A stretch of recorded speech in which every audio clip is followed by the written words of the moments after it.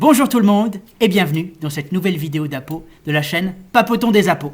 Mais avant ça, petite précision sur la dernière vidéo spéciale montagne où je vous montrais comment fabriquer un Apo pour la gélinote des bois. Auguste G74 m'a fait remarquer que la gélinote des bois était une espèce menacée et qu'il pouvait être dangereux d'utiliser cet Apo de manière inconséquente. Bah, tu as tout à fait raison Auguste, je m'excuse, mea culpa. Évitez donc de sortir avec celui-ci, mais n'hésitez pas à pratiquer cet Apo chez vous, ce qui sera d'ailleurs un bon entraînement pour celui que je vais vous présenter aujourd'hui. Aujourd'hui, je vous emmène un peu moins loin, dans les arbres de nos villes et de nos campagnes, avec l'Apo de la mésange charbonnière. Alors, la mésange charbonnière, c'est un oiseau qui aime particulièrement les grandes haies, très sociable. Vous pouvez l'apercevoir par bande de 5 ou 6, mais la particularité de la mésange charbonnière, c'est que c'est une petite acrobate. Elle se suspend aux arbres la tête en bas. C'est toujours assez drôle à voir.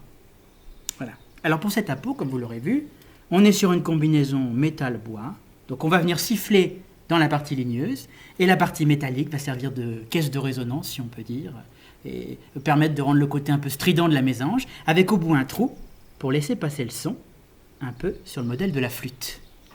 D'ailleurs, Balou Matisse, merci beaucoup pour l'envoi de la petite flûte. Balou Matisse était en vacances en Slovénie récemment et il m'a envoyé une photo de la plus ancienne flûte d'Europe. Voilà. Des centaines de milliers d'années. Alors, flûte ou Apo, je vous laisse faire votre choix. Je vous mets le lien en attendant dans la description. Voilà. Alors, pour cet Apo, je vais donc utiliser du buis, qui est un bois très léger, qui résonne bien. Alors là, pour la vidéo, je l'ai déjà façonné afin de gagner du temps, mais je vous ferai une vidéo pour vous montrer comment bien utiliser le tour. Vous pouvez aussi d'ailleurs le façonner à la main et poncer ensuite, mais ça dépend des méthodes. Donc, vous prenez votre morceau en buis et vous allez venir le tailler en forme de quille, en faisant bien attention d'alterner de manière régulière les parties épaisses et les parties plus fines, un peu comme le corps d'une... enfin, dans la forme que vous voulez. Le plus important, c'est qu'il y ait vraiment cette alternance. Ensuite, vous prenez un embout de type sifflet, voilà, un peu le même que pour la gélinote, mais cette fois, quand vous l'appareillez avec la partie en bois, il faut que le trou d'air soit plus bas afin de s'insérer dans une troisième partie en bois en forme de pavillon, dite bec de canard. Voilà. Alors pour ça, je vous conseille de précouper votre tige en métal, comme je l'ai fait, et puis pour assembler le tout, vous pouvez utiliser une colle à bois et à métal, tout ce qu'il y a de plus classique. Moi j'utilise l'adhésile, adhésif et scellant, voilà.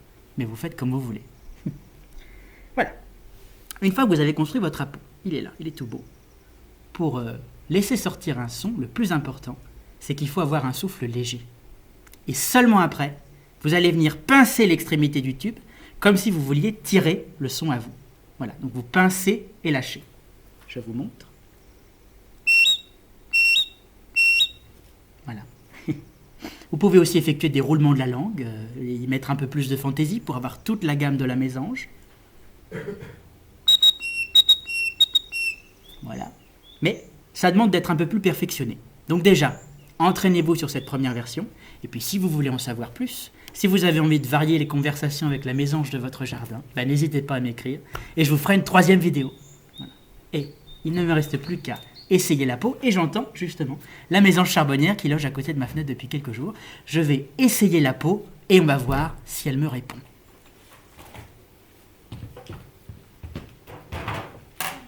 Écoutez.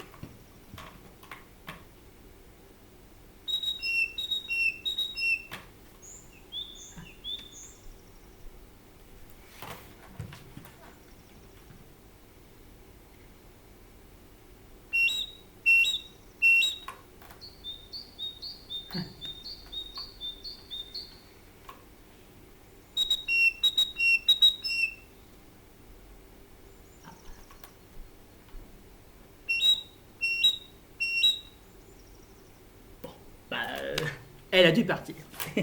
Sur ce, je vais pouvoir ajouter cet Apo à ma collection. Que voici. C'est le 12e de la chaîne. Et je suis très heureux d'avoir pu vous montrer son fonctionnement. Voilà. C'était Hervé de la chaîne Papotons des Apos. N'hésitez pas à vous abonner. Un pouce en l'air, c'est toujours gratifiant. Et puis, à laisser un commentaire. La dernière fois, il y en avait 6. C'était vraiment très joyeux. Voilà. Je vous souhaite une bonne semaine. Et à la semaine prochaine.